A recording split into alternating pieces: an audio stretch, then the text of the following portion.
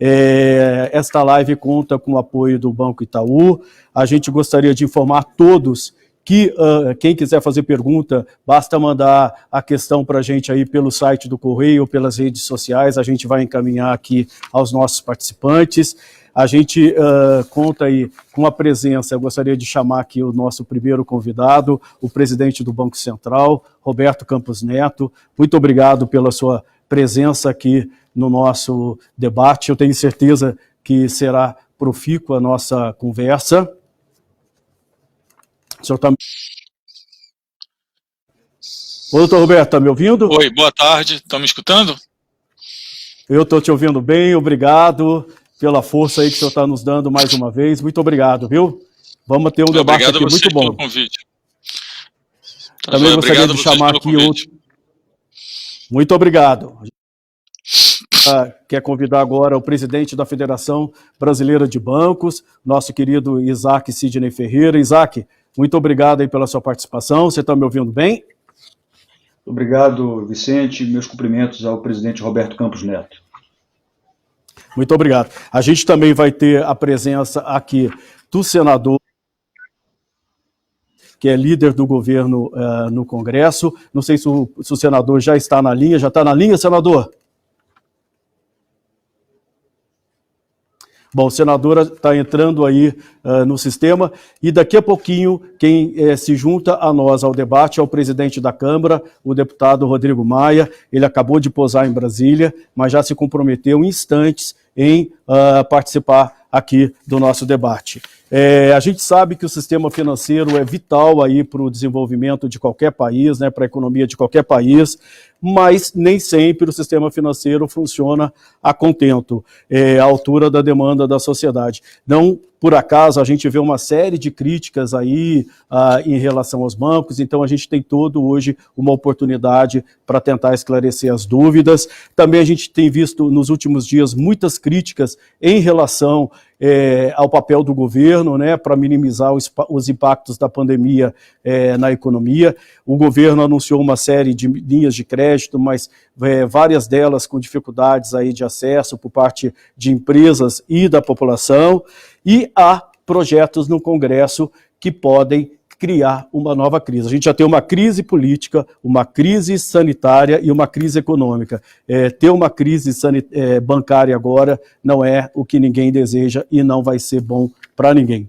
Então, para a gente começar, cada participante terá em torno de 10 a 15 minutos para expor o seu ponto de vista e depois a gente abre para uma série de debate e perguntas, tá?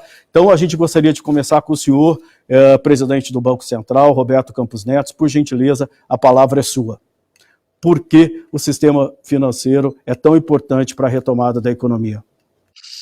Muito obrigado pelo convite, obrigado ao Correio Brasiliense, a todos que organizaram o evento. Queria congratular o Isaac, que está aqui, presidente da Febraban, que está aqui conosco, o presidente Rodrigo Maia e o senador Eduardo Gomes. Então, eu acho que vou fazer aqui uma introdução, uma breve história, falando um pouco do que... Porque eu acho muito difícil você falar de Brasil sem colocar o contexto global, né?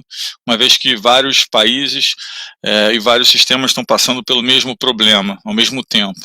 Então, acho que primeiro argumento que eu acho primeiro ponto que eu acho super interessante, quando nós olhamos, né, o aumento de prêmio de risco, né, e isso é fácil de observar em mercado, ou seja, o aumento do risco percebido entre os países emergentes e os países desenvolvidos, nós tivemos um choque muito grande, né, onde aumentou muito a aversão a risco, ou seja, aumentou muito a percepção de risco desses países. Ao contrário de 2008, os países avançados voltaram rapidamente, né, a um nível antes da crise, mais ou menos 90%. Estou vendo que a minha imagem está um pouco congelada, não sei se para você está também. Mas vou seguir aqui normalmente, tá? Se qualquer coisa, me avisem. Estão me escutando? Estão me escutando? Estão me escutando ou não?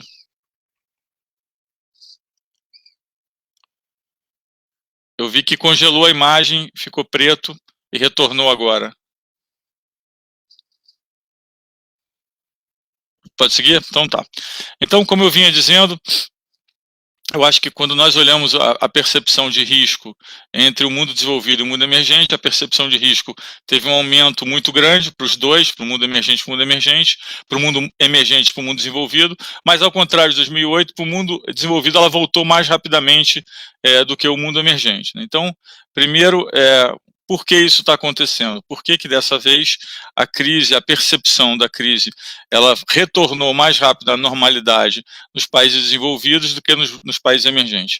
E uma explicação que nós conseguimos encontrar e está bastante correlacionada é o ponto de vista fiscal e a fragilidade dos países emergentes no mundo onde todos precisam recursos ao mesmo tempo, né? Então a gente precisa entender que tem aqui um ponto ótimo, onde você gera expectativa de crescimento pelas medidas, mas existe um ponto após isso que o efeito fiscal fica preponderante, ou seja, no primeiro momento você tem um estímulo do governo, isso é bom porque o mercado entende que você vai fazer com que a economia continue crescendo, mas você tem um ponto de inflexão onde muito do mesmo remédio passa a ser visto como fragilidade fiscal, né? Então esse é o segundo ponto. Um outro ponto importante mencionar é a natureza dos fluxos, né? A gente tem um fluxo de saída do mundo emergente muito mais intenso do que foi em 2008, dependendo do intervalo de tempo que nós observamos, chega a ser 10 vezes pior, né? Então a gente tem esse cenário aí do mundo emergente mais fragilizado que o mundo desenvolvido e com uma saída grande de recursos. Quando nós olhamos a recuperação nos dados que nós temos até agora, e alguns dados têm um gap relevante, ou seja, tem uma defasagem grande, então nós precisamos olhar também os dados mais em termos de tempo real, parece que nós começamos um retorno, né, com um formato de V, e agora tem uma fixação muito grande em qual vai ser a letra do formato da recuperação. Então a gente consegue ver, né, um primeiro momento que a queda em relação a 2008 foi muito mais rápida, mas que a volta também está muito mais rápida, né? Em alguns países, como China, você já voltou bastante, em outros países você está ainda com uma curva da pandemia que não permite essa volta tão acelerada. Mas aí fica a pergunta, mas por que é diferente a volta de 2008? E aqui eu acho que tem dois componentes importantes. O primeiro teve um learning curve, ou seja, teve uma curva de aprendizado das medidas que os bancos centrais fizeram junto com os governos. Então, dessa vez, o fiscal e o monetário foi mais coordenado, foi mais forte, a intensidade foi mais forte. E o segundo ponto que acho que é importante e é muito pertinente ao nosso tema de hoje, é que nós não tivemos uma interrupção da função intermediação financeira nessa crise, ao contrário de 2008. Vale lembrar que em 2008 foi uma crise do sistema financeiro, onde o sistema financeiro estava muito alavancado. Então mostra a importância de manter esse canal da intermediação financeira funcionando. Acho que esse é um dos aprendizados dessa crise, né? Então o Brasil foi o país que mais teve recursos, fuga de recursos na América Latina, e aí muito tem se falado dos modelos, né, modelos de distanciamento, e aí usa o modelo de distanciamento para prever crescimento, e aqui eu acho que tem um ponto bastante importante, que é, com algumas exceções, a gente olha grande parte dos países e a gente olha o que aconteceu de fato, porque para a economia o importante é o que aconteceu de fato, ou seja, o que aconteceu que prejudicou o crescimento de fato naquela localidade, na cidade, no estado ou no país. E aí a gente vê o seguinte, que independente de ter, e aqui eu não estou advogando nenhuma coisa ou outra, é só uma conclusão dos fatos, independente de você ter um distanciamento, um lockdown mais forte ou mais fraco, a intensidade da queda no tráfico de pessoas, ela não é tão grande. A gente está dizendo basicamente que quando teve lockdown, na média você tem aí um isolamento de 60%, 55% a 60%, e quando não teve, e mesmo lugares que nem nenhum tipo de medida mais forte, você teve aí 45%, 50%. Então, basicamente, ao contrário do que a gente lê muito, o intervalo, e de novo, alguns países fogem essa regra, mas a maioria segue essa regra, então o intervalo, estamos falando de 10%, 12%, 13% de mobilidade. Não é isso que faz tanta diferença. Então, acho que tem dois fatores importantes. Primeiro, o fator de você conseguir fazer com que a medida, com que o distanciamento seja de fato feito, né, pelas pessoas, e o segundo é o fator medo, que faz com que algumas pessoas, independente de você ter um direcionamento para de distanciamento social ou não, as pessoas de fato não querem se expor e estão com medo. Então acho que isso é importante. Quando nós olhamos a contração do PIB no primeiro trimestre, a gente tem os Estados Unidos caindo 5%, a Europa caindo 3,6% e o Japão caindo, e a China caindo 6,8%. Lembrando que a China teve a curva de contaminação mais cedo, então teve um efeito maior, né? Então, eu acho que a gente consegue mais ou menos dizer que muitos países começam a mostrar essa recuperação no formato de V, mas quando a gente olha os dados mais recentes, parece que esse V está suavizando um pouco, ou seja, ele vai ser um formato na volta um pouco mais suave, né? Quando nós olhamos a América Latina e olhando os PMIs, que levam a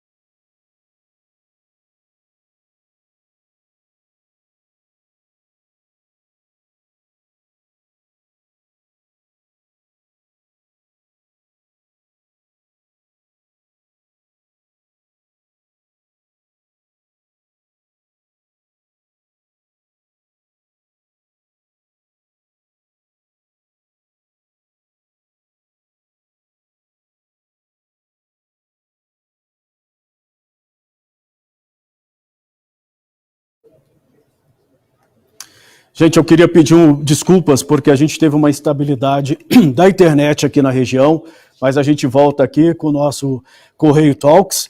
Eu gostaria de chamar o presidente do Banco Central, Roberto Campos Neto, para continuar aí a colocação dele, né? Estava ressaltando aí como tem sido a reação da economia no mundo, tem sido uma reação diferenciada, os países emergentes estão sofrendo mais, o Brasil teve uma saída de recursos maior, muito maior do que todos os países da América Latina. Se a gente comparar em relação a 2008, a saída de recursos do Brasil foi quase 10 vezes maior.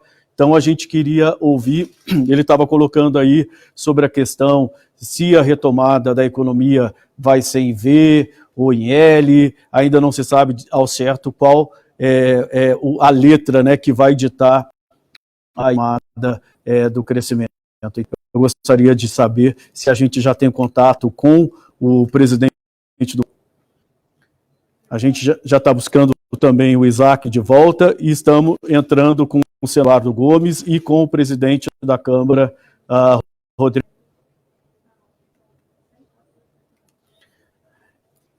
Esses tempos de internet não são fáceis, não. Vamos aí e vamos fazer um debate muito legal para que todos possam ter noção exata, mais ou menos, da importância aí do papel do sistema financeiro na economia. A gente viu que os bancos liberaram aí uma série de recursos, né? Segundo pelos cálculos da Febraban, já foram liberados durante a pandemia mais de R$1 trilhão. Muitos empresas ainda reclamam de que não estão tendo acesso ao que gostariam ao crédito, sobretudo as pequenas e médias empresas. Então, é muito importante a gente ouvir, não só da FEBRABAN, mas também do Banco Central, o que está acontecendo, como que se pode melhorar esse acesso ao crédito e, claro, saber do presidente da Câmara e do senador Eduardo Gomes o que o Congresso está pensando aí para incrementar crédito, se também a gente sabe que tem uma agenda legislativa complicada aí, né, para o sistema financeiro, estão falando em tabelamento de juros, suspensão de pagamento de financiamentos, a gente sabe que medidas desse tipo não são bem-vindas, não são sustentáveis. Já vivemos uma crise bancária nos anos 90, todo mundo viu o quanto isso foi ruim, quanto isso prejudicou a economia, então realmente precisa ter muito cuidado na hora de se propor medidas como aqui as que estão sendo discutidas aí no Congresso.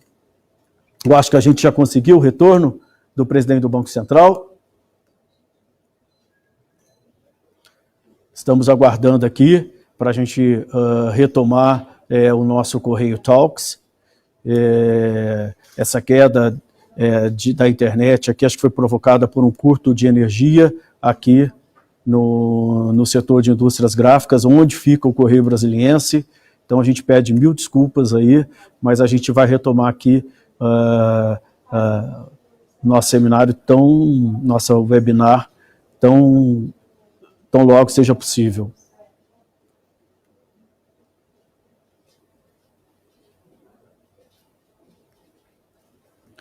Estamos tentando contato com o presidente do Banco Central, com o presidente da FEBRABAN, com o senador Eduardo Gomes e com o presidente da Câmara, Rodrigo Maia.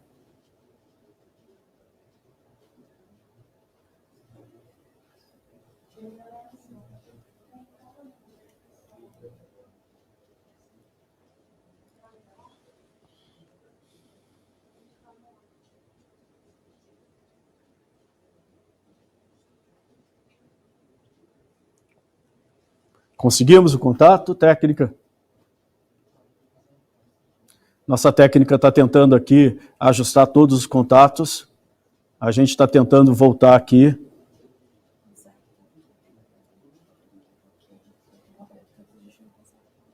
Então vamos puxar. Vamos tentar? Vamos tentar o Isaac, então? Voltar com o Isaac, e depois que a gente contactar o presidente do Banco Central novamente, a gente volta com ele, porque com certeza ele tem muito a nos dizer aí sobre a visão dele da economia e, lógico, detalhar o que o Banco Central vem fazendo para minimizar os estragos da pandemia na economia. Isaac, você está me ouvindo? Se você puder entrar, a gente vai te ouvir agora. Estão me ouvindo, então? Vicente, muito obrigado pelo convite. Estava aqui acompanhando atentamente a fala do presidente Roberto Campos. Você ainda há pouco fez um sumário do que ele disse, então eu vou iniciar, e sem prejuízo de você me interromper quando achar conveniente. Quero aqui então dar a visão dos bancos, a visão do setor bancário, do setor financeiro. A crise já ultrapassa mais de 100 dias. Nós temos aprendido muito com essa crise. Eu queria destacar uma lição muito importante, que é uma lição de todas as crises. Nós não podemos repetir erros passados, nós precisamos ter a ousadia de olhar para frente, termos a humildade de reconhecer erros, encarar as falhas e, sobretudo, a audácia para procurarmos soluções criativas para sairmos dessa fase e dessa crise melhores e também maiores. Nós não seremos irresponsáveis, não ficaremos inertes, esperando que a solução apareça do nada. Nós vamos continuar agindo, temos nos movimentado, a retomada econômica está logo ali, virá em breve, nós não temos dúvida disso, aqui não é apenas um desejo, os sinais estão surgindo, os indicadores, ainda que timidamente, estão apontando que a pior fase da crise se deu em abril e maio, portanto, nós estamos aqui prontos para caminharmos na direção de reativação da economia. Os bancos brasileiros estão sólidos, estão prontos para dar essa sustentação na retomada, mas essa retomada precisa não ser apenas rápida, ela precisa ser segura e consistente. E os bancos, mais do que qualquer outro setor da economia, estão inseridos nessa nova realidade. Um dos principais legados dessa crise será, e eu estou seguro disso, a mudança positiva na relação entre as pessoas e as instituições. Nós precisamos nos solidarizar mais, nos humanizarmos mais. Estamos vendo uma nova forma de encarar o mundo com mais solidariedade e mais atenção às pessoas e às necessidades. Mas precisamos avançar e avançar cada vez mais no nosso papel social, Vicente. Os bancos têm um papel social de relevo e essa crise nos fez aflorar mais ainda esse papel social. Nós estamos juntos, nós vivemos no mesmo país, nós só avançaremos se buscarmos soluções conjuntas. Nós estamos muito sensíveis, mais do que isso. Os bancos estão preocupados com as necessidades de quem precisa de crédito. Já tivemos uma série de ações concretas e sem precedentes na direção, tanto para darmos mais fôlego às famílias quanto às empresas, mas nós não podemos tapar os olhos. É inegável que as micro e pequenas empresas precisam de mais atenção, precisam de mais esforços. O crédito tem de estar acessível, tem de ser facilitado, sem burocracia, tem de chegar a quem precisa. Se isso não está acontecendo, todos estamos falhando. O governo está falhando, os bancos estão falhando, o legislativo está falhando, mas essa é uma discussão estéril. Nós temos de agir, agir e agir. Nós também precisamos continuar olhando os trabalhadores autônomos. Nós temos um verdadeiro exército de trabalhadores informais que deixaram de ser invisíveis e agora estão movimentando. Os bancos, Vicente, eles deram cidadania financeira nessa crise a mais de 53 milhões de brasileiros que não eram bancarizados. Nós estamos democratizando o acesso dos brasileiros a produtos e serviços bancários. Eu, particularmente, tenho me esforçado muito para diminuir essa visão mais cômoda, essa visão que eu considero um pouco distorcida e até errada, quando apontam os bancos como insensíveis e alheios ao sofrimento das pessoas. Os bancos não estão e não ficarão insensíveis e alheios ao sofrimento das empresas, dos empresários e das pessoas. Nós precisamos romper com essas visões sobre os bancos e entender que nós fazemos parte da solução. Essa crise não nasceu nos bancos, mas a saída da crise passará necessariamente pelos bancos. Os bancos, eles são e serão imprescindíveis para ajudar nessa fase crucial da economia. É muitíssimo importante que os bancos continuem saudáveis, que continuem sólidos nessa difícil travessia. Eu tenho dito que se não fosse pela atuação dos bancos, nós estaríamos enfrentando uma recessão ainda maior e a retomada da economia seria bem mais difícil. Somos 250 mil bancários trabalhando remotamente nas nossas casas, cuidando da vida financeira de todos nós, e nesse momento de intranquilidade eu queria deixar uma mensagem importante. Os bancos são e continuarão sendo um fator de segurança na gestão da poupança dos brasileiros. Há pouco o presidente Roberto Campos mencionava que a intermediação financeira não parou, nós mantivemos o sistema financeiro e o sistema de pagamento plenamente em funcionamento, mesmo com o distanciamento social. Isso só foi possível porque nós temos um dos setores bancários mais modernos e avançados do mundo. Graças aos bancos, as pessoas e as empresas nem têm se percebido, se dado conta do seu dia a dia. Mas o papel dos bancos já ultrapassou o seu core business, já ultrapassou a sua atuação de emprestar, transcendeu em muito aquilo que nós fazemos no dia a dia. Os bancos lideraram verdadeiros movimentos solidários que têm permitido a milhões de pessoas enfrentarem com mais tranquilidade esse momento difícil. Eu queria aqui registrar, Vicente, com toda a humildade, que o nosso setor foi um dos que mais fez doações nesse período de pandemia. O setor já doou mais de quase 2 bilhões de reais em ações humanitárias, em ações para infraestrutura hospitalar. Mesmo assim, eu percebo que há uma falta de compreensão ou uma compreensão equivocada do papel dos bancos. É preciso entender que cada real que os bancos emprestam pertence a alguém, pertence a você que está nos escutando, que confia todo dia suas economias e sua poupança a nós. Nós não podemos colocar em risco o patrimônio do país, o patrimônio dos nossos clientes. Os bancos eles se submetem a regras muito rigorosas do Banco Central, do regulador, e cada recurso emprestado precisa voltar, precisa ser devolvido aos depositantes e aos investidores. Por isso eu queria aqui externar a preocupação do setor com algumas iniciativas legislativas que promovem, de certa forma, uma intervenção artificial na atividade econômica, que acabam por interferir nos contratos. A história tem nos mostrado que, embora meritórias, essas medidas acabam não tendo a eficácia que se imagina. Pelo contrário, são medidas que distorcem a formação de preços, que criam gargalos e, por vezes, fazem com que o país dê marcha ré. O mérito das propostas pode ser bem compreensível, mas elas acabam desconsiderando o quanto que podem ser danosas no longo prazo. Podem agravar a crise, eu tenho certeza que não é essa a intenção do Congresso, mas são proposições que, se aprovadas, podem produzir efeitos econômicos negativos, podem produzir muita insegurança jurídica com um potencial grande de gerar dano à imagem e de afugentar investimentos. Às vezes eu tenho dito que o alvo são os bancos, mas a vítima alvejada acaba sendo os consumidores, ou seja, todos perdem quando nós temos uma interferência nos contratos. E nós já aprendemos, como você mencionou há pouco também na sua fala, o quão desastroso é termos uma crise bancária. Uma crise tem propensão de provocar outra crise. Então nós temos que ter muita serenidade. Uma crise nos bancos, nesse momento, teria grandes consequências na retomada da atividade, na confiança das pessoas e na credibilidade da economia. Vamos nos lembrar que a crise ainda é muito profunda, ela é severa, a demanda por crédito permanece disfuncional, as empresas estão quebrando, ainda que com alguns sinais de recuperação, milhões de postos de trabalho continuam sendo destruídos, nós não chegamos ainda no pico do desemprego, a inadimplência, eu costumo dizer, não pede licença para entrar, entra sem bater na porta, e os bancos estão muito atentos para que nós não venhamos a ter uma quarta crise, como você mencionou.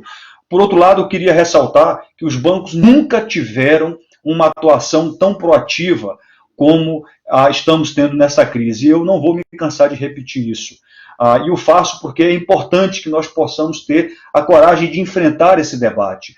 Os recursos que o governo vem disponibilizando não estão encalhados nos bancos, nós temos números superlativos, números inéditos, nós já ultrapassamos 1 trilhão e 100 bilhões de reais em créditos concedidos, quando nós olhamos para as novas contratações, as renovações, a carência de parcelas.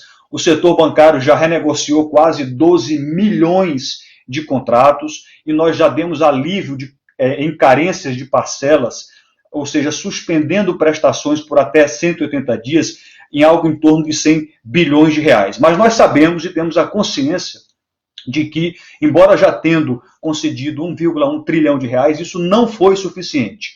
Há milhares de empresários, há milhares de pessoas precisando de crédito. Nós estamos ouvindo essas críticas, assimilando essas críticas, estamos corrigindo caminhos, porque também nós erramos, e essas cobranças fazem com que nós nos dediquemos não só com a atenção, mas com a urgência que a situação está reclamando.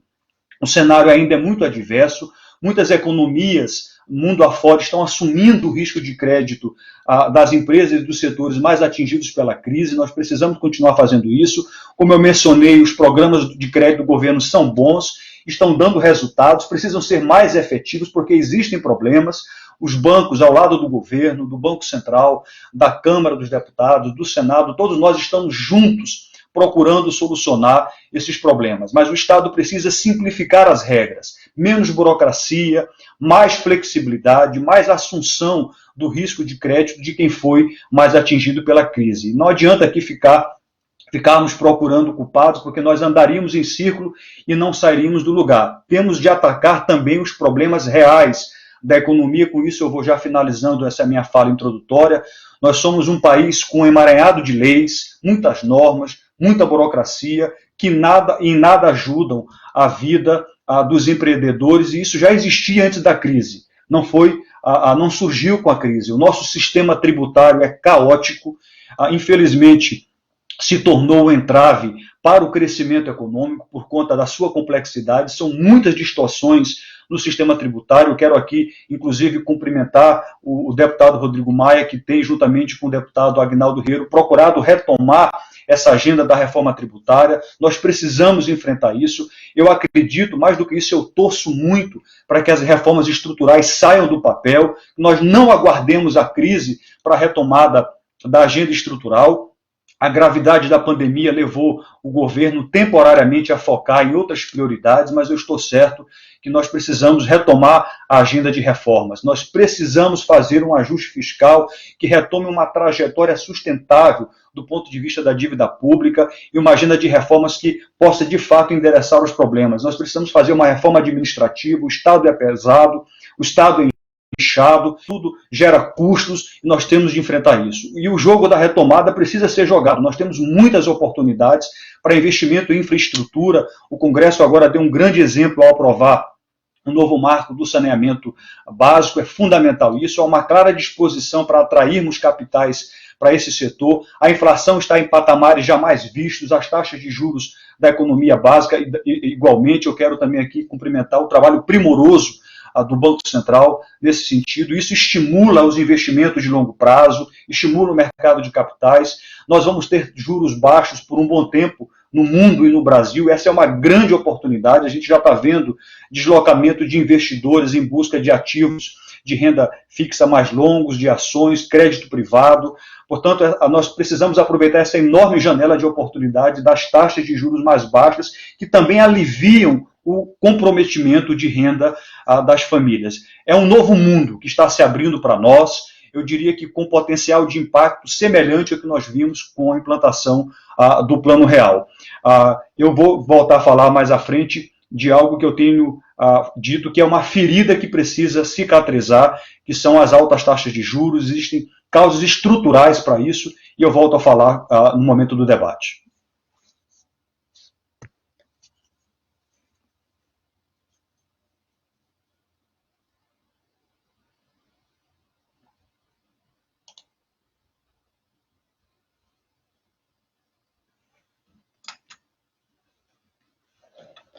Aí participar de um projeto do Correio Brasiliense. O senhor está me ouvindo? O senhor está me ouvindo, deputado?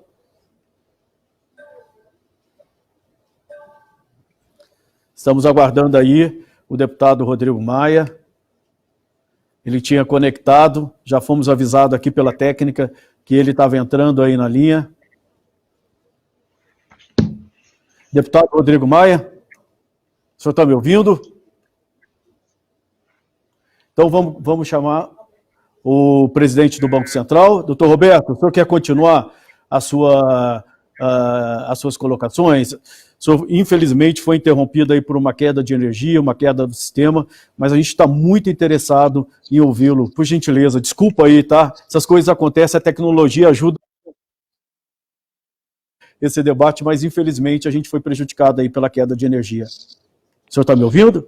Tô ouvindo. Eu não sei onde eu parei, se quer que eu comece do zero de novo, como é melhor? O senhor parou na questão dos países emergentes, da saída de recursos do Brasil e mostrando que a recuperação tem sido muito desigual no mundo, né? O senhor falou também da questão de que houve uma redução em torno de 13% aí, que isso não foi um impacto tão grande. Foi aí que a energia caiu. Tá bom. Eu não cheguei a falar dos tipos de programa, ainda nada disso, não é isso? Não. Então tá, então eu estava acho que mais no começo, eu acho que eu fiquei falando sozinho bastante tempo, mas tudo bem, a gente faz parte. Vamos lá. Não, então, vamos lá.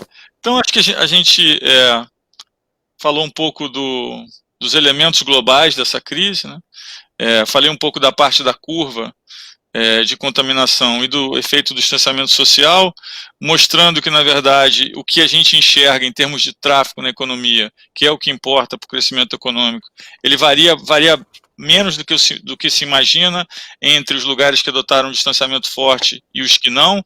Então, de fato, aí tem dois elementos: o elemento medo, que eu acho que vai ficar conosco aí durante um tempo, e um elemento, capacidade do governo de realmente fazer com que as regras funcionem. Então, esse é um ponto. Aí falei um pouco do crescimento dos países.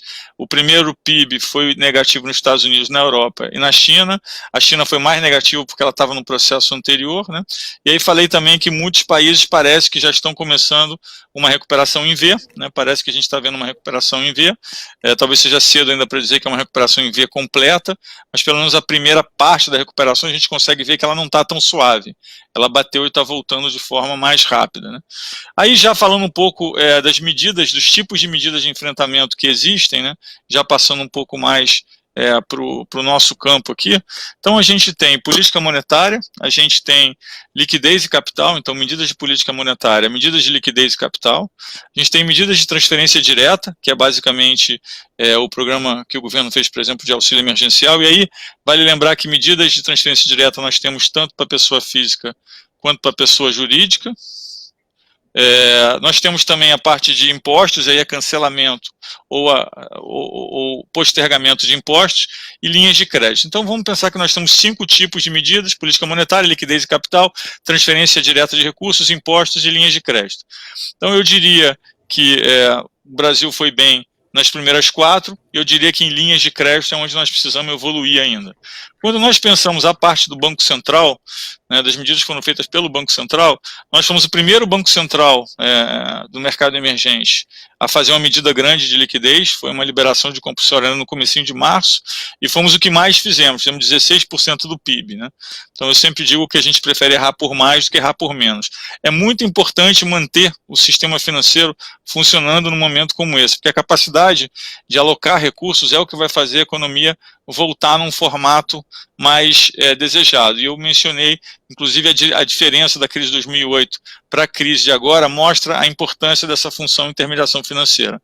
Então, todas as medidas que o Banco Central fez, eu não vou ter tempo de falar sobre todas elas, foram 14, elas têm 3 objetivos: o objetivo de liquidez e capital, que é manter o sistema líquido e capitalizado; direcionar crédito, que é para direcionar o crédito onde eu acho, onde nós entendemos que é importante; e a parte de estabilizar mercados, né? Então, aí entra um grande debate, que acho que hoje é um grande tema, em todos os bancos centrais, é um debate que está bastante vivo, que é: mas qual é a função do Banco Central nessa recuperação, nesse conjunto de medidas, né, de enfrentamento? Qual é a função do Banco Central? E aqui acho que é importante distinguir o que é liquidez e o que é solvência. Então, grande parte dos bancos centrais do mundo, nós nos incluímos, né, nesse grupo, entendemos que a função do Banco Central é liquidez, ou seja, eu preciso deixar o mercado líquido, os bancos precisam estar líquidos, precisam estar capitalizados, o sistema de crédito precisa estar líquido, o mercado de capitais precisa estar funcionando sem nenhuma ruptura. Então, existe uma diferença entre liquidez e solvência. Obviamente, a nossa função é fazer com que os problemas de liquidez não se transformem em problemas de solvência na frente. Mas, por exemplo, problemas estruturais de setores específicos, problemas de setores que ficaram inviabilizados e que são medidas estruturais, nós entendemos que essa não é a função do Banco Central, essa é uma função do Tesouro, né? Então, falando um pouco da reação às medidas, de uma forma geral, falando um pouco do Brasil e do resto do mundo, aí a gente consegue diferenciar uma coisa aqui: os países que tinham a situação fiscal melhor no início da crise, conseguiram fazer medidas mais potentes com uma reação menor do mercado. Então a gente, por exemplo, consegue ver que o Chile e o Peru conseguiu fazer, que são países que tinham a dívida inicial muito baixa, conseguiram fazer medidas mais potentes, e que mesmo fazendo medidas mais potentes, o mercado reagiu bastante bem, ou seja, o mercado não ficou fragilizado por essa nova dinâmica fiscal, vamos dizer assim, decorrente dos gastos. Então, se você compara Chile e Peru com Brasil e África do Sul, Chile e Peru estão claramente países que têm uma situação fiscal melhor de entrada, Brasil e África do Sul têm pior, né? Então, a gente pergunta assim: mas por que as medidas todas que foram feitas, algumas não tiveram efeito, ou algumas estão demorando a ter efeito? E eu acho que vale a pena comparar, no ponto de vista do Banco Central, vale a pena comparar a diferença entre Brasil e Estados Unidos, né? A gente consegue ver claramente que os Estados Unidos fez vários programas também, 12 programas grandes, tem 4 funcionando. No caso do Brasil, a gente fez 14 programas, alguns programas estão funcionando, mas com volume, ou seja, o que é o potencial e o que é executado está bem abaixo do potencial. Isso tem sido um fator comum em todos os grandes bancos centrais do mundo. Você faz vários programas, alguns programas têm mais atratividade, outros têm menos. Nós, de novo, preferimos errar por mais do que por menos, mesmo porque se a gente fizer algum programa de direcionamento de liquidez e não tiver uma receptividade muito boa, nós podemos redirecionar para outro programa. Então essa é a parte... Só um minutinho. Alô? Alô? Não sei o que aconteceu aqui. Eu pedi para me ligarem se caísse, né? Porque a outra vez caiu, eu fiquei falando sozinho, então uma ligação. Mas tá tudo bem, então perdão. Não, porque nesse sistema eu não consigo ver se eu caí ou não. Então vamos lá. Fica então, tranquilo, Então tá. Então, reação às medidas.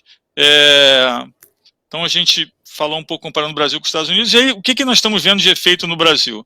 Então, basicamente, a gente viu que as 2 últimas semanas de abril foram as piores semanas, né? Depois a gente consegue ver que a primeira semana de maio começa a recuperar. Isso começa a recuperar. E aí, a parte de dados em tempo real, que é importante olhar, a gente começa a ver uma melhora mais rápida em junho. Então, a energia, tráfego, arrecadação, o volume de TEDs, tudo isso a gente consegue ver uma melhora já em junho, né? Então, parece que nós iniciamos uma recuperação que seria um movimento inicial em V, mas que a gente acha que deve suavizar um pouco, ou seja, a gente consegue ver que a primeira parte da recuperação foi em V, seguindo alguns outros lugares do mundo, ao contrário de 2008, que a recuperação foi mais lenta. E aí tem alguns pontos importantes de mencionar. Primeiro, o ponto do auxílio emergencial, né, que foi muito forte. A gente tem uma recomposição de massa salarial ampla bastante grande.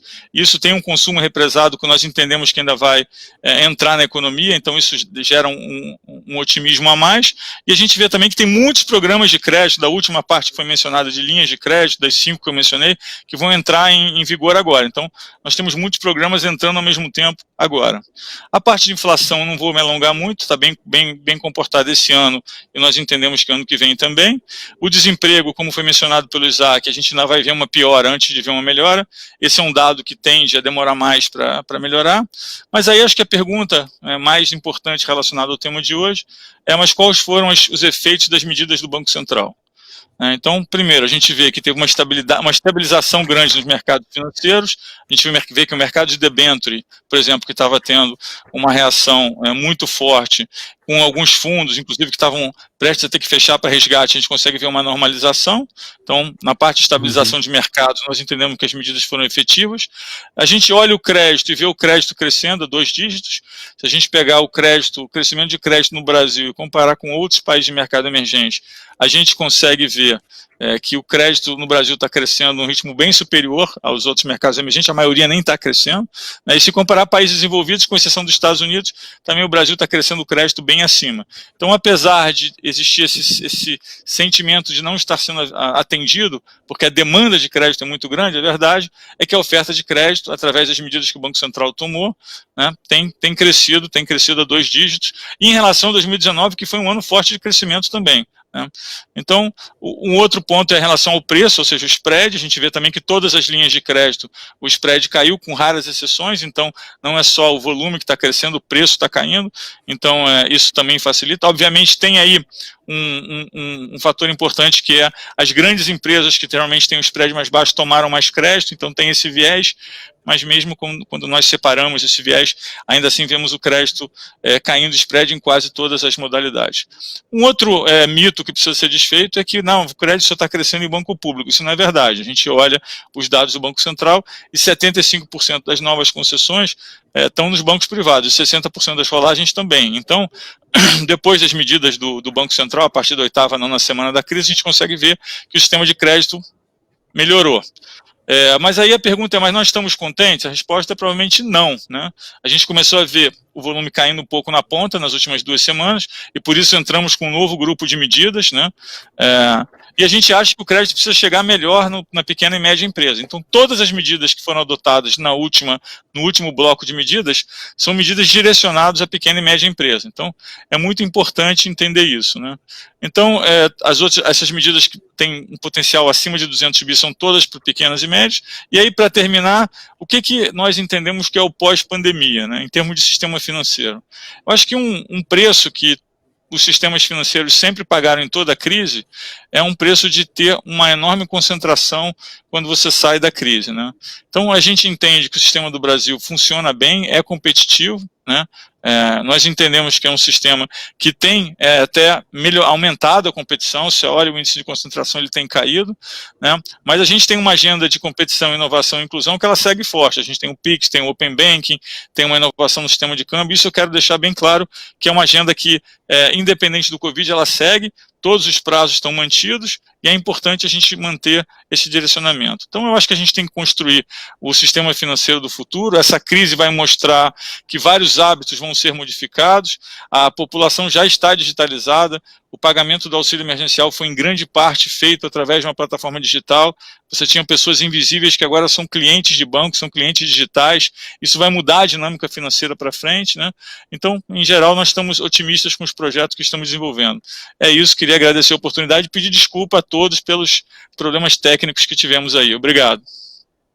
Doutor Roberto, a gente que pede desculpas, porque o problema foi aqui que caiu a energia. Muito obrigado. Agora eu gostaria de chamar o senador Eduardo Gomes. Por gentileza, senador, estamos esperando aí para ouvi-lo. Senador, o senhor me ouve? Vocês me ouvem aí? Eu estou também com um probleminha técnico, Sim, tudo bem? estamos ouvindo o senhor muito bem, senador. O senhor pode começar a falar, por gentileza. Boa tarde. Queria cumprimentar a todos, cumprimentar ao Correio Brasiliense, aos promotores dessa live. É um prazer estar aqui com vocês, entendendo que nós tivemos aqui um problema técnico aqui que já foi superado e nos proporcionou aí ouvir aí o presidente do Banco Central e ouvir o Isaac anteriormente, e sabendo da importância desse debate, dessa live, sobre o papel do sistema financeiro na retomada da economia. Eu quero fazer também meus cumprimentos especiais ao nosso presidente do Banco Central e ao presidente Rodrigo Maia.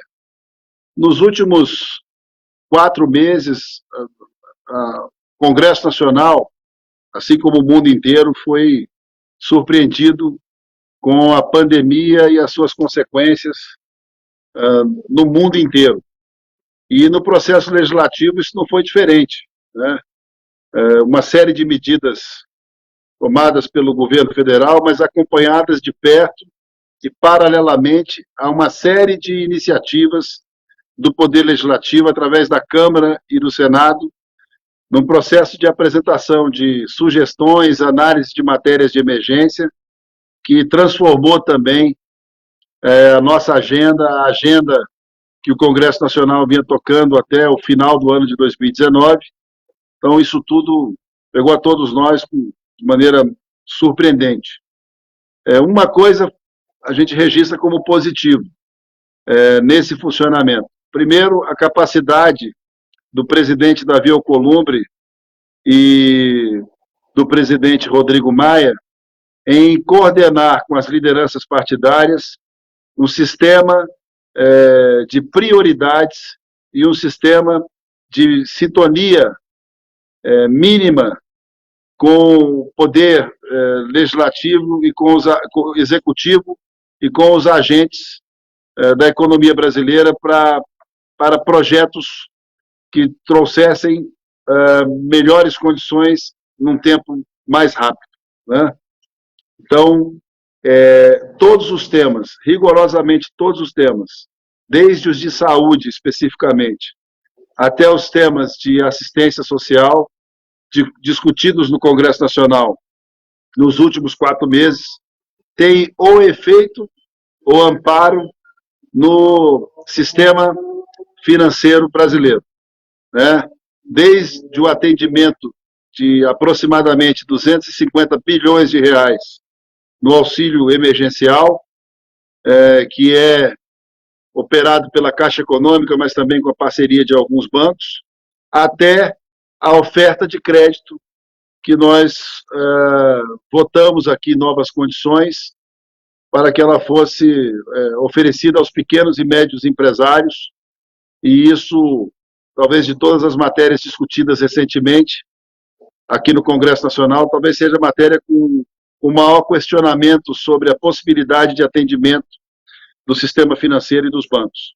Há sempre uma impressão de delay quando a gente observa a velocidade que o Senado e a Câmara votaram as matérias de oferta de crédito e o atendimento na ponta, depois da aprovação do Pronamp e de outros programas de oferta de crédito ao pequeno empresário. Já circula no Congresso há bastante tempo uma opinião de que o Congresso Nacional cuidou de maneira contundente dos CPFs, né, da localização dos brasileiros que invisíveis, os que estavam isolados de todo o sistema para receber o auxílio emergencial, e que ainda pouco se fez com relação ao CNPJ, com relação àqueles que geram de verdade emprego. Portanto, eu quero, nessa primeira parte, dizer do compromisso do Congresso Nacional com a retomada, através da agenda econômica, da agenda de desenvolvimento defendida pelo ministro Paulo Guedes, mas principalmente acordada com o presidente Davi e com o presidente Rodrigo Maia. O presidente Davi tem colocado à disposição o tempo, a determinação das lideranças no Senado para a votação constante de temas fundamentais.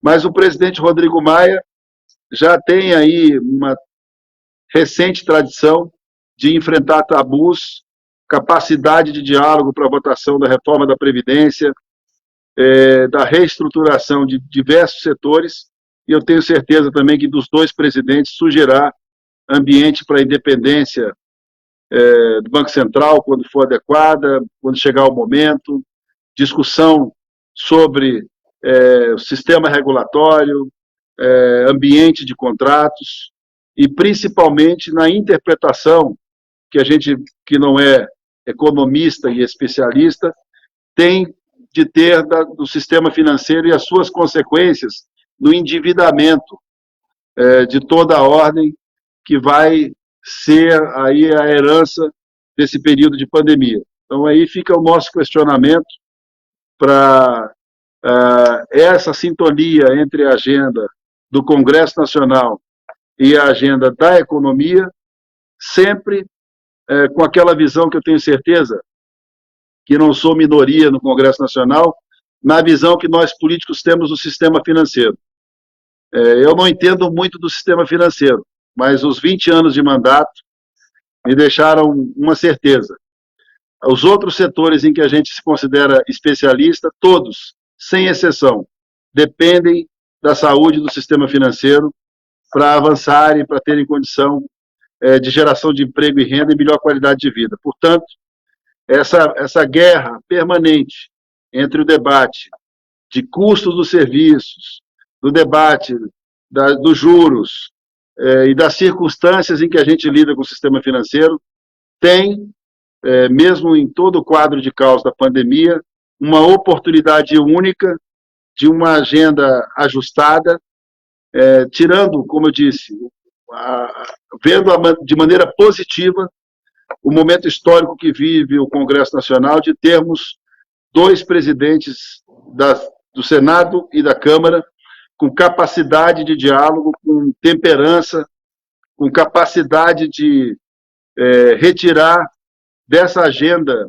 de estruturação econômica o dia a dia das questões políticas. E também do presidente da República, que tem coragem e que fez do ano de 2009 um ano de muito esforço para que em 2020 a gente tivesse as condições adequadas para atender as maiores emergências desse país nesse momento, que é a questão da saúde e na condição mínima de ofertarmos a milhões de brasileiros uma condição melhor de enfrentar a pandemia. Portanto, tanto como líder do governo no Congresso Nacional, mas como parlamentar, eu tenho certeza absoluta que a própria condição tecnológica de novas reuniões, de novos debates como esse, que o Correio Brasiliense desenvolve hoje, são a esperança de uma condução melhor, um ambiente com um risco menor e com uma oferta de crédito mais plausível para o cidadão brasileiro, que vai contar, precisa contar com o sistema financeiro, com o sistema bancário, para se reerguer, para buscar o sustento da sua família. Então, fica aqui a minha observação nessa primeira passagem aqui, parabenizando a promoção desse debate, desse registro de ambiente, de votação, de tramitação legislativa para os assuntos econômicos. Eu tenho certeza absoluta que desse ambiente a gente vai extrair uma agenda propositiva. E faço de novo, já encerrando aqui, a minha observação sobre as condições políticas de duas casas presididas por homens de diálogo e que sabem colocar a sua posição na hora do debate. Então fica aqui meu abraço a todos, um abraço a todos que estão participando desse debate aqui, dessa live aqui. Parabéns aos promotores desse debate. Obrigado, senador. A gente vai começar aqui agora a sessão de perguntas e de debate. Eu queria começar com o senhor, se possível, porque o senhor colocou aqui a importância que todos os setores da economia dependem do sistema financeiro, de um sistema financeiro saudável. Mas a gente sabe que há projetos hoje tramitando no Congresso que podem colocar em risco o sistema, como tabelamento de juros, suspensão de pagamentos por um longo período, mudanças em contratos. Como é que o senhor vê essa agenda? Até agora, a gente tem percebido um bom senso muito grande no Congresso, inclusive o presidente do Senado tem chamado muita gente para conversar, ouvindo todos os lados, justamente para tentar não incentivar que medidas que poderiam colocar em risco o sistema financeiro sejam aprovadas. Como é que o senhor está vendo isso?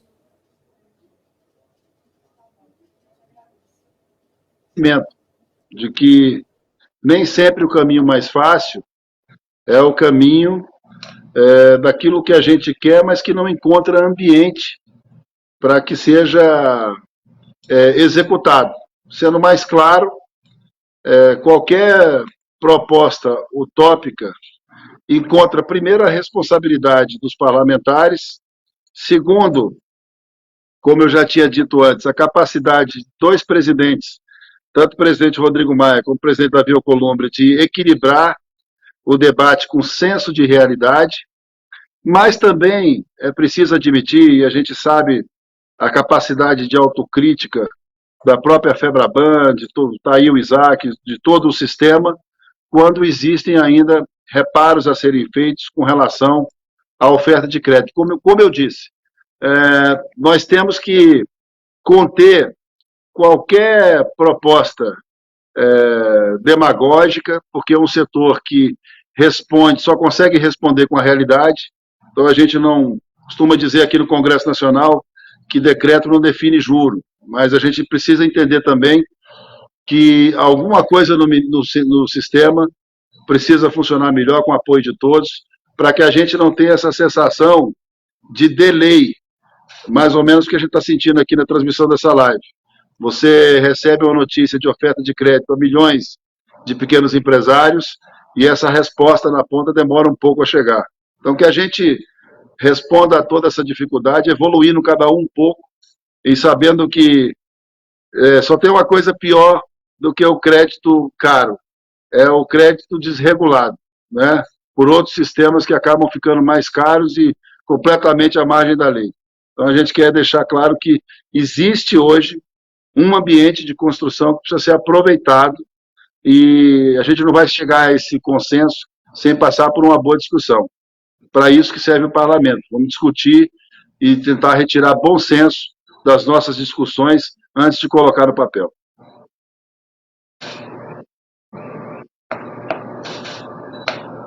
O custo do crédito?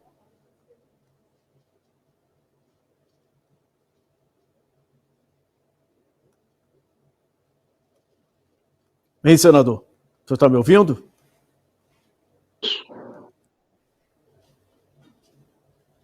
Estou ouvindo. O senhor acha, então, que a retomada das reformas ajuda aí na redução do custo do crédito? De que forma? Eu tenho certeza absoluta, porque a retomada, projetos como recentemente a lei do saneamento, a retomada da discussão do Pacto Federativo, da PEC dos fundos e de outros instrumentos que deem continuidade ao ano que nós tivemos de 2019, que é um ano que ainda deve ser resgatado pela população brasileira, foi um dever de casa mútuo do Poder Executivo e do Poder Legislativo. É evidente que qualquer evolução nessa discussão gera um ambiente melhor, e um ambiente melhor tende a ter uma oferta de crédito, e o crédito realizado, para que a gente consiga um ambiente melhor de geração de emprego e de melhoria como um todo da economia. Essa visão é uma visão que pode ser tomada como uma visão de leigo, mas no campo da experiência política, a gente entende que não existe uma outra solução que beneficie, no efeito gangorra, o setor financeiro em detrimento do ambiente de trabalho ou vice-versa. Então, é por isso que eu digo que existe um espírito muito forte dessa composição do parlamento, a partir das suas direções, para uma discussão séria de ambiente de trabalho. Não fosse assim, não seria desse Congresso Nacional um feito histórico da aprovação de uma reforma da Previdência mais ampla do que as tentativas passadas. Obrigado, senador. Eu queria passar a palavra agora ao presidente do Banco Central. Tem uma pergunta aqui que chegou, doutor Roberto, do Hamilton Ferrari. Ele diz o seguinte: o ministro Paulo Guedes reconheceu em audiência pública no Congresso que os incentivos ao crédito não deram os resultados esperados na Covid-19. O que faltou para as micro e pequenas empresas? O que o PC pretende fazer para gerar mais estímulos?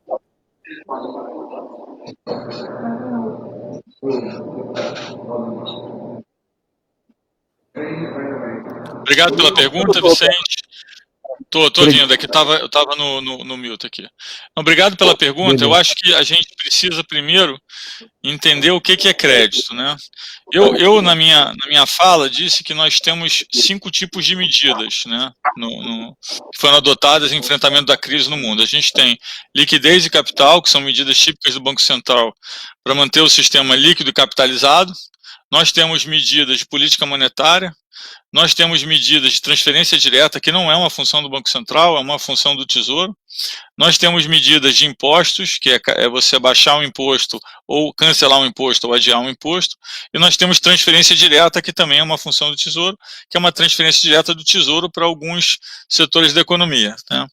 Perdão, e nós temos a linha de crédito, transferência direta já tinha mencionado. Você tem linhas de crédito. E linhas de crédito você tem algumas que são 100% do Tesouro e outras que têm o que a gente chama de risk sharing, ou seja, divisão de risco entre o setor privado e o setor público, e a gente desenhou algumas dessas. Então é importante primeiro entender que no caso do Banco Central, o que nós, o nosso objetivo, o nosso mandato é a parte de liquidez. Como eu disse, a gente tem um dilema entre liquidez e solvência, e o Banco Central, não só no Brasil, em grande parte do mundo, nosso mandato é liquidez. Então, nós entendemos que a nossa principal função é manter o sistema de crédito funcionando, manter os bancos líquidos capitalizados, manter os mercados financeiros funcionando, não ter ruptura em nenhum tipo de precificação. E aí, com a Covid, nós ganhamos o mandato de poder atuar no mercado secundário de crédito, ou através de títulos públicos ou privados. Então, quando nós entendemos o que seria o sucesso do Banco Central, nós pensamos o seguinte: em termos de crédito, o que foi feito? Então, se a gente pensar todas as medidas do Banco Central que foram feitas, e vale lembrar que o Banco Central do Brasil foi o primeiro Banco Central a fazer uma medida grande de liquidez, e foi o que mais fez no mundo, são 16,7% do PIB, e a gente tem um estudo comparativo que mostra isso.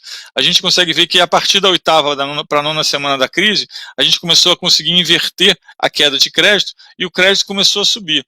E o crédito não só estava subindo em relação a 2019, como ele estava subindo em relação aos outros países. Por quê? Porque numa crise como essa, o esperado é o crédito contrair. Nós fizemos várias medidas que mantiveram o crédito, foram capazes de manter o crédito crescendo, e em alguns momentos, como na semana 10, 11, 12, crescendo a um nível de 20%, 30%, ou seja, teve impacto as medidas que o Banco Central fez. Então, eu acho que na parte de crédito, nós tivemos impacto. Mas aí a pergunta é, nós estamos contentes com isso? E a resposta é não, porque na parte de direcionamento foi onde nós entendemos que poderia ter feito um melhor trabalho.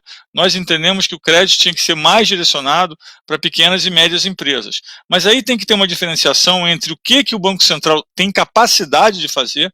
Vale lembrar que o Banco Central não tem mandato de fazer política fiscal. Então o Banco Central não tem como desenhar um programa de crédito que é uma transferência do tesouro para pequenas e médias empresas. O que nós fazemos é injetar liquidez na economia, no sistema financeiro e tentar direcionar essa liquidez. Se a gente pegar as últimas medidas de crédito que nós tomamos, todas vão no sentido de injetar liquidez e direcionar liquidez. Semana passada, semana retrasada, nós anunciamos um outro pacote de medidas que tem mais ou menos uma potência entre 200 e 250 bilhões, que é basicamente direcionada ao sistema de pequenas e médias empresas. E nós estamos trabalhando, queria até aqui congratular o Congresso brasileiro, porque aprovou medidas duras, medidas rápidas, medidas grandes. Eu acompanho e faço um comparativo com outros países do mundo, e o nosso Congresso foi muito eficiente, aprovou medidas rápidas, duras, de forma eficiente. Então, queria aproveitar aqui e deixar esse comentário.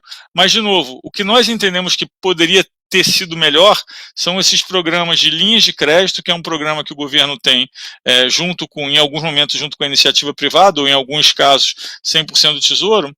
Mas aí vale lembrar que, se nós compararmos esses programas nossos com os programas nos outros países, por exemplo, vamos comparar o Folha de Pagamentos, que nós fizemos, que teve um alcance pequeno inicial, e agora a gente está fazendo uma reforma que deve ser votada no Senado na terça ou na quarta-feira da semana que vem. Quando nós olhamos o programa que os Estados Unidos fez, que é o PPP, que é muito parecido com o nosso, inclusive no caso dos Estados Unidos o dinheiro é dado do governo, não é nem um empréstimo, ele também teve o mesmo problema. As empresas entenderam que não poder demitir ninguém era uma restrição muito grande, e o programa lá também não teve o alcance esperado. Então, assim, é importante lembrar que nós estamos fazendo programas que nunca foram feitos antes, ao contrário de outros países que já fizeram, então tem um período de aprendizado, e nós fizemos vários programas e sabemos que alguns vão funcionar melhor que outros, mas eu gostaria de deixar claro, né, nessa divisão de tarefas, que a função do Banco Central é liquidez, não é solvência.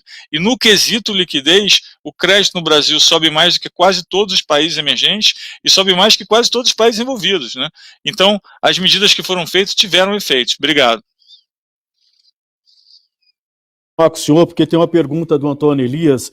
Ele ressalta aqui que o senhor falou muito de digitalização dos sistemas, medidas que o Banco Central vem tomando para aumentar a concorrência, e que são medidas que são irreversíveis. Ele pergunta por que o Banco Central proibiu o WhatsApp de operar, e outra pergunta: ao proibir a transferência do auxílio emergencial do FGTS da Caixa para outros bancos, o governo não está criando uma reserva de mercado para a Caixa, que ganha com pagamentos de boletos e nas compras em máquinas de cartão? Bom, vamos lá. Primeiro eu vou responder a primeira. A segunda pergunta não é muito da competência do Banco Central. Foi um programa elaborado pelo governo. O governo entendeu que precisava ter agilidade no pagamento e que a centralização era importante nesse caso, né? Vale lembrar que a Caixa fez um trabalho extraordinário em termos de distribuir os recursos numa velocidade recorde, digitalizou dezenas de milhões de clientes. Então, eu acho que qualquer um que esteja observando o que o Brasil fez no auxílio emergencial e esteja comparando com outras pessoas, saiu uma notícia outro dia que os Estados Unidos mandou 1 milhão de cheques no correio para pessoas que já estão mortas, né? Tem gente que está há 9 semanas e não recebeu ainda nenhum cheque nos Estados Unidos. Então, assim, eu queria também colocar em perspectiva que outros países tiveram grandes dificuldades. Então, o governo decidiu pela Caixa, né? Entendo que foi um objetivo de agilidade e que era importante nesse momento, mas eu sou o regulador, não tenho como comentar muito essas decisões do governo nesse sentido. Em relação à primeira pergunta, o Banco Central em nenhum momento proibiu o WhatsApp de operar. Isso, eu vejo essa notícia, e essa notícia ela não é verdadeira. O que o Banco Central entendeu é que era um arranjo muito relevante para a economia e que ele precisava passar pelo mesmo processo de aprovações dos outros arranjos, né? Então, o que nós entendemos é que existe um ponto que ele pode ser competitivo ou pode não ser, mas a gente não está dizendo que não é, a gente só quer que peçam autorização e que nos mostrem como vai ser o funcionamento para a gente ter certeza que é competitivo. E tem um outro ponto super importante, e foi até uma razão de preocupação de outros países em relação a essa mesma tentativa do WhatsApp de entrar em outros países, que é a parte de proteção de dados. Então, eu tenho uma preocupação do sistema ser competitivo e de que os dados das pessoas sejam protegidos de forma forma adequada.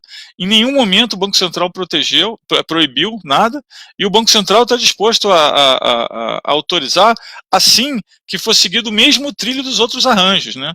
E aí vale lembrar que teve uma solução que foi encontrada, que era, eu não preciso esse tipo de autorização porque eu vou iniciar uma volumetria baixa, que foi exatamente uma medida que o Banco Central adotou para tirar a burocracia dos pequenos. Os pequenos, ao invés de ter que pedir autorização, eles já podem começar operando, porque eles são muito pequenos, não influem no sistema. O nosso entendimento é que um arranjo que começa com 120 milhões de clientes, ele não é pequeno. Então ele precisa passar pelo mesmo trilho de aprovação dos outros. Foi só isso, ninguém proibiu nada, nós temos uma agenda super pró-competição, e assim que for comprovado que é um arranjo competitivo e que tem a proteção de dados na forma que nós entendemos necessária, será aprovado.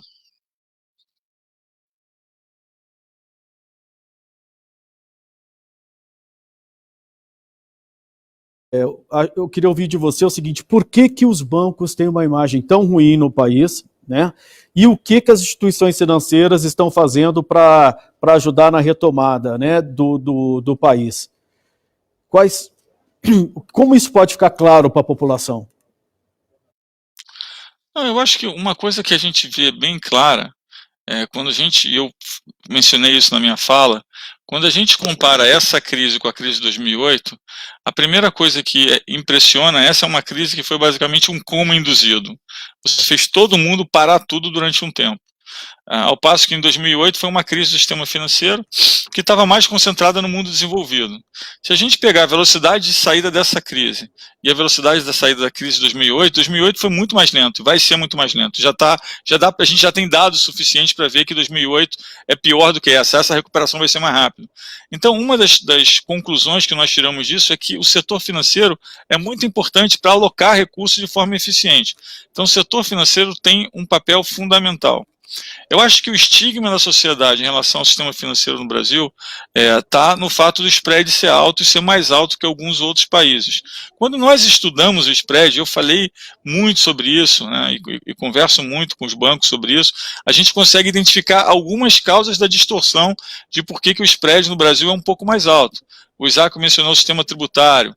Nós temos um sistema de recuperação de crédito ineficiente, nós temos algumas ineficiências, mas mesmo assim, quando nós olhamos o que tem acontecido com o custo de crédito tem caído. Tem caído, a gente vem em um movimento de queda de juros, a gente vem num movimento de prover liquidez e capital para os bancos, para que eles possam emprestar, e de novo, a gente precisa entender que parte da insatisfação vem do fato de que a demanda é muito maior que a oferta. Eu outro dia tive uma oportunidade de conversar com uma pessoa da Fiesp que me falou, olha, para atender certa demanda aqui de capital de giro eu precisava de 850 bilhões, que é basicamente um crescimento de 100% em relação ao ano passado. Se a gente pensar que tem um grupo que precisa de 100% a mais de crédito, mesmo que nós consigamos fazer o sistema financeiro brasileiro crescer a 12%, 13%, 15%, nunca vai crescer 100%. Então a gente precisa entender que é uma situação extraordinária, que gerou uma demanda de crédito extraordinária que não foi atendida, mesmo com todas as medidas que nós fizemos. Eu acho que parte do estigma vem daí. Obrigado. Obrigado, senhor. Eu queria estender essa pergunta também para o Isaac. Gostaria de ouvir do presidente da Febraban sobre essa questão da imagem e como os bancos podem fazer para mudar isso, essa imagem ruim que os bancos têm. Isaac, você está me ouvindo?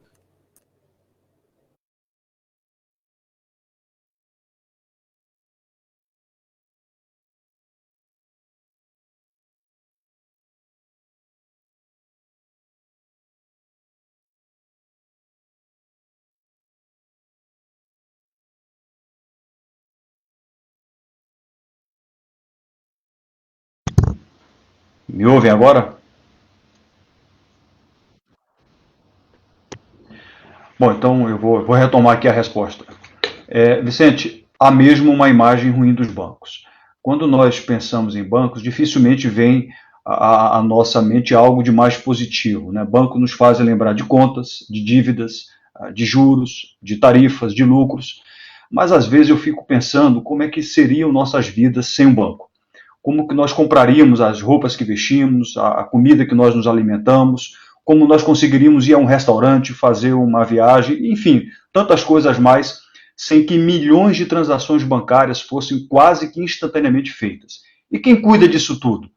O que está por trás disso? É um exército de 450 mil bancários e executivos que são vidas que trabalham dia após dia para que tudo possa funcionar sem intercorrências, para que acordemos sem perder o que nós tínhamos quando nós fomos dormir. Numa crise dessa dimensão, não se ouviu e não se vai ouvir de problemas operacionais no setor bancário. As pessoas elas nem notam isso. Aliás, isso é muito positivo, né? Nós conseguimos manter o sistema financeiro e o sistema de pagamento funcionando plenamente, mesmo com as políticas de distanciamento social. Todos nós estamos seguros nas nossas casas, de onde fazemos pagamentos, transferências, depósitos, enfim, aplicações, investimentos. Agora, infelizmente, como eu já mencionei, há um certo desconhecimento, uma visão distorcida por parte do público do que seria a atividade bancária. É uma atividade como outra qualquer. Algumas empresas vendem carros, outras vendem imóveis, roupas, comida. E nós? O que nós fazemos? Nós ajudamos as pessoas e as empresas a realizarem seus sonhos, seus projetos. E isso tem sim um custo.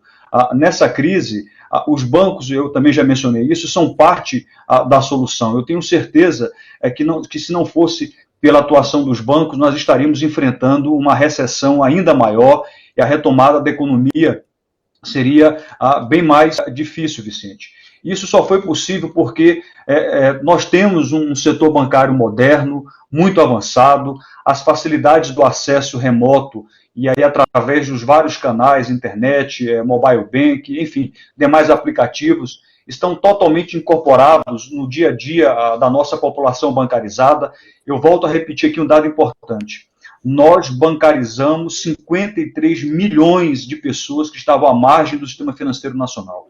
Isso é muito importante, o Roberto Campos Neto bem mencionou isso, isso vai mudar a dinâmica do sistema financeiro. Há muito investimento, há muito trabalho dos bancos e dos bancários por trás de todo esse processo de bancarização. Sobre o crédito, eu sei que temos muitas reclamações, mas os números mostram que houve um crescimento expressivo do crédito. Quando nós nos deparamos com a fase mais aguda da pandemia, para as empresas, nós demos cerca de 25% a mais de crédito na comparação com o mesmo período do ano passado. Quando nós olhamos a concessão com recursos livres, Vicente, nós tivemos uma expansão do crédito de quase 44% entre março a junho de 2020 ante 19. Enfim, nós temos experiência, temos capacidade técnica, temos capilaridade, temos todos os instrumentos para ajudar a evitar que a recessão se aprofunde ainda mais. Estamos preparados para seguir contribuindo para a retomada, com mais crédito, com mais serviços bancários, e os bancos serão fundamentais para ajudar a financiar a reconstrução da economia brasileira. Beleza, muito obrigado. Agora eu queria chamar o senador Eduardo Gomes. Senador, tem várias perguntas chegando aqui para o senhor. A primeira diz respeito ao papel do Congresso, o ativismo legislativo. Como o senhor vê uma agenda construtiva versus uma agenda populista? Há risco de populismo no Congresso hoje, de tomar medidas que possam afetar o sistema? Bom, primeiro eu quero concordar de que a preocupação ela é evidente quando a gente tem um momento em que as pessoas não podem conversar, tem restrição de se reunir, de debater, e a gente passa a fazer uma análise das nossas ideias com a força apenas da imagem, da voz, e uma dificuldade de discutir antes o que vai para a pauta. Mas eu acho que o que pode ser temerário pode ser também analisado com otimismo, porque apesar do volume muito grande de intenções e de desejos populistas ou com pouco senso de realidade, existe o senso crítico e, na média, esse Congresso Nacional tem votado de forma muito previdente, muito até conservadora com relação aos seus efeitos na economia. Desde 2019, diante de uma grande discussão política, foi do Congresso Nacional, da Câmara e do Senado, a capacidade de levar a reforma da Previdência e reformas muito importantes a voto. Então, eu acho que o que tem de orientação ou de percentualmente um pensamento mais aberto, menos vinculado à questão fiscal, existe sim uma estrutura, desde as presidências, como disse anteriormente, até as lideranças, de levar o debate com responsabilidade fiscal, com responsabilidade pública. Por isso que a gente entende que hoje o Congresso Nacional vive um momento de ampla democracia, mas também de muita responsabilidade, porque é fato corrente aqui a discussão de todos nós com relação às dificuldades que o país ainda vai atravessar no seu processo de recuperação. Senador, eu quero continuar com o senhor, porque as perguntas não param de chegar. Nós temos mais de 100 perguntas aqui, eu sei que não vai dar tempo, daqui a pouquinho estoura o nosso tempo, mas tem um leitor aqui que está querendo saber como o senhor vê o papel dos bancos públicos na retomada da economia, e se o senhor vê como possibilidade de avançar no Congresso a privatização do Banco do Brasil. Bom, eu vejo o papel dos bancos públicos, principalmente no episódio recente da distribuição e do pagamento da rede muito forte da Caixa Econômica em todos os municípios e os seus convênios com as casas lotéricas, com instituições em todo o país, como um papel estratégico. De repente, no que corresponde à agência pública, foi a característica da Caixa Econômica de já ter uma base muito forte no pagamento da Bolsa Família e um processo muito presente de gestão que possibilitou toda essa rede de entrega de benefício às pessoas de maneira bem avaliada. Nós entendemos também que qualquer processo de privatização depende muito do reflexo do que vem não só do setor privado, mas do ambiente. Todas as vezes que se discute privatização de empresas públicas fortes, tradicionais, como o Banco do Brasil, como Petrobras, Caixa Econômica, e isso ocorre num ambiente que não acha reflexo no setor privado, essa discussão descamba para o ponto mais político e não leva a gente a lugar nenhum. Eu acho que tudo é possível em termos de diminuição do estado de eficiência, desde que o ambiente geral seja bom. Então, é sempre uma armadilha fácil tratar esses assuntos de maneira ideológica. Mas o que a gente entende é que ainda na versão oficial, tanto o Banco Central, como o Banco do Brasil, como Caixa Econômica, quanto aos bancos regionais, cumprem o seu papel a contento. E eu tenho certeza absoluta que para qualquer tipo de modificação, é preciso ter um outro ambiente que não esse que a gente está vivendo agora. Muito obrigado. Eu queria passar agora a palavra para o presidente do Banco Central. Eu sei que o nosso tempo está esgotando. Eu tenho mais uma perguntinha para o senhor, doutor Roberto, e uma para o Isaac. Doutor Roberto, a pergunta aqui é da Kelly Cunha. Ela quer entender como o Banco Central hoje trabalha com uma taxa de juros tão baixa, de 2,25% ao ano, e os juros, e tem banco cobrando 100% de juros nos empréstimos. E se há possibilidade de a taxa básica de juros cair mais? Bom, vamos lá. Em relação à última pergunta, que é a possibilidade da taxa de juros cair mais, no nosso último comunicado, onde nós reduzimos a taxa de 3 para 2,25, nós explicitamos que nós entendemos que a taxa é bastante estimulativa nesse momento, né, e que qualquer mudança, qualquer queda adicional seria pequena. Então, isso eu acho que é um reconhecimento do Banco Central de que nós temos espaço, mas não muito mais. Está perto de uma taxa que a gente entende que, se ela for sendo reduzida continuamente, ela pode gerar efeitos indesejados. Esse é um ponto. Em relação a por que a taxa a Selic é tão baixa e a taxa na ponta é tão alta, eu acho que a gente consegue ver basicamente que cada produto, dependendo da garantia do produto, da linha de crédito, a gente tem taxas muito diferenciadas. Por exemplo, a gente tem uma taxa imobiliária hoje no Brasil que tem agora alguns bancos fazendo abaixo de 7%, que é uma taxa que nunca antes foi vista. Inclusive é uma taxa mais barata do que alguns outros países emergentes que têm tradicionalmente juros mais baixos que o Brasil. Então é uma modalidade de crédito que tem um colateral bom, porque você tem uma entrada e você tem um imóvel por trás, e a taxa ela é relativamente bem reduzida. A gente vê empréstimo consignado, que também tem uma garantia melhor em taxas mais baixas. Então, quanto pior é a garantia, mais alta é a taxa. Isso mostra que nós temos, e ela não é só mais alta, ela é mais alta proporcionalmente a outros países que têm esse crédito com melhor garantia na mesma taxa que o Brasil, o que significa o seguinte, que à medida que você vai perdendo garantia, o seu spread sobe mais do que outros países. Por quê? Porque o que eu tinha mencionado anteriormente, a recuperação de garantia é burocrática, é difícil no Brasil, o sistema bancário tem o sistema bancário brasileiro enfrenta uma tributação maior do que a média, então tem vários outros elementos que fazem o spread subir. Sempre existe um questionamento se o Banco Central entende que o sistema é concentrado ou é competitivo ou não é competitivo. Eu acho que a gente tem que separar o que é concentração do que é competitivo, e a gente tem que sempre estimular, cada vez mais estimular a competição, né? Então não é que o sistema não seja competitivo, mas nós temos que estimular a competição, inovação, inclusão, educação financeira. É uma agenda ampla que nós temos. Por exemplo, nessa crise tem um fator muito interessante, que é o seguinte: quando você pega o banco pequenininho ou a cooperativa, ela tem uma taxa de empréstimo, de aceitação de pedidos de empréstimo muito mais alta do que o setor privado. Por quê? Porque nesse momento de crise, não ter tanta informação do seu cliente, ela passa a ter muito mais valor.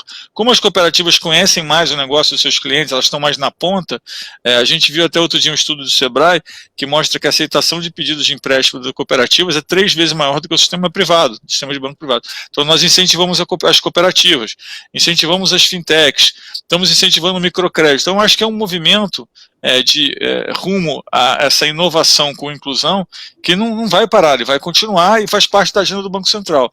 Agora, é importante entender o que compõe, né, por que o spread é tão alto, quais são os elementos que compõem o spread. E aí a gente vê que o Brasil, de fato, tem algumas anomalias que precisam ser endereçadas. Nós estamos endereçando algumas, inclusive tem algumas coisas que já baixaram. Fizemos um produto de home equity junto com a Febraban, junto com os bancos, temos algumas outras operações novas para sair, para reduzir o custo de crédito em alguns componentes. A gente consegue ver, por exemplo, que algumas linhas já reduziram bastante, mas de novo, então acho que é um pouco entender que não é só um spread. De fato, o crédito na ponta para o consumidor está caro, o spread é alto, tem algumas anomalias, nós estamos combatendo as anomalias, mas nós entendemos que o caminho está traçado. Se a gente olhar o que tem acontecido nos últimos tempos, o spread tem caído continuamente. Obrigado. Beleza. Obrigado, senhor. Eu só vou fazer a última pergunta antes da gente encerrar aqui o debate para o Isaac. Como é que os bancos estão se preparando para para o pós-pandemia e para o mercado mais competitivo, mais tecnológico, mais digitalizado? O próprio presidente do Banco Central ressaltou que as medidas que vêm sendo tomadas para aumentar a concorrência vão continuar, inclusive aí a questão do Open Bank, que a Covid não atrapalha esse cronograma. Como é que está isso? Vicente, obrigado aí mais uma vez. Olha, passado esse primeiro momento mais agudo, mais crítico, de efeitos, digamos, mais severos, e a despeito aí dos problemas que foram mais agravados no início da crise, então a gente, por exemplo, pode mencionar o próprio endividamento aí do nosso setor público, enfim, já foi mencionado pelo presidente Roberto Campos. Nós teremos oportunidades que devem ser aproveitadas e os bancos possuem todas as condições para cumprir o seu papel na retomada da economia. Eu já mencionei isso, a nossa atuação tem sido importante para que nós continuemos a enfrentar essa recessão. Nós precisamos romper com alguns estigmas. Eu ouço muito falar que os bancos são o setor mais rentável da economia, nós não somos, nós ocupamos uma posição que está longe de ser a primeira. Temos publicações aí que são oficiais, que nos colocam na 8ª, na 9ª ou 10ª posição de rentabilidade quando nós nos comparamos com outros setores da economia. Também muito se diz que o setor bancário é o setor mais concentrado dentre outros setores da economia. Não somos, nem no Brasil e nem no mundo, ocupamos uma posição intermediária do ponto de vista da concentração. E, aliás, concentração bancária Em todo mundo é assim, porque nós somos um setor intensivo de capital, temos de ter muito capital para fazer frente aos riscos, mas de toda sorte não somos o setor mais concentrado quando nos comparamos com outros da economia. Bancos vão desempenhar um papel imprescindível na retomada, sobretudo quando nós olhamos, por exemplo, para o financiamento ao consumo. Nós temos toda a condição de suprir e de adequar o poder de compra dos consumidores para retomarem suas condições de compra e de consumo. Quando nós olhamos para as empresas, capital de giro, também temos condições de dar suporte para as empresas manterem suas atividades, para que possam se reposicionar e também em relação aos seus estoques, para que possam atravessar esse período de restabelecimento das condições normais da economia. Quando nós olhamos para o mercado de capitais, temos igualmente condições de dar suporte financeiro às empresas em seus projetos financeiros, em seus investimentos, ainda mais num ambiente de inflação e de taxas de juros em níveis recordes de baixa, como nós estamos vivendo já há algum tempo. Isso deve estimular os investimentos de longo prazo e também no mercado de capitais. Aliás, falando em financiamento de longo prazo, temos igualmente condições de prover suporte a projetos que podem contribuir para impulsionar a economia brasileira a gerar empregos. Temos grande demanda de investimentos no setor de infraestrutura, como já mencionei. Há uma clara disposição de atrairmos capitais privados para esse setor. Quando olhamos para os programas de privatização do governo, há um plano aí de desestatização do governo federal que prevê a venda de mais de 300 ativos de grande importância, no total aí de mais de 150 bilhões de reais. Isso deverá ser retomado após a normalização da situação econômica. Enfim, nós temos toda a condição, estamos aqui mais do que preparados para podermos ajudar o país a retomar a sua atividade econômica. Temos projeções muito negativas do PIB para este ano, mas já antevemos, conforme projeções até do próprio Banco Central, temos projeções mais pessimistas do FMI, mas de qualquer sorte entendemos que a partir aí do terceiro, quarto trimestre a gente já começa a ter uma retomada menos acanhada, como nós estamos vendo agora. Então, temos um papel fundamental e continuaremos a contribuir para a retomada da economia. Sidney Ferreira, presidente da FEBRABAN, Roberto Campos Neto, presidente do Banco Central, senador Eduardo Gomes. Eu queria pedir pelos problemas técnicos que tivemos no início, né, houve uma queda de energia aqui na região, então realmente foi um problema que a gente não teve como controlar. E também pedir desculpas pela não participação do deputado presidente da Câmara, Rodrigo Maia. Infelizmente o voo não chegou a tempo, a gente tentou conectá-lo o tempo todo, mas vamos ficar devendo essa. A gente promete fazer um próximo evento. Gostaria muito de agradecer a todos que nos acompanharam. A gente vai distribuir a nossa cobertura. Esse evento vai estar com toda a cobertura amanhã na edição do Correio Brasiliense. Dia 9 a gente traz um caderno especial também sobre esse Correio Talks. E a gente agradece ao nosso parceiro Itaú. Muito obrigado, até a próxima.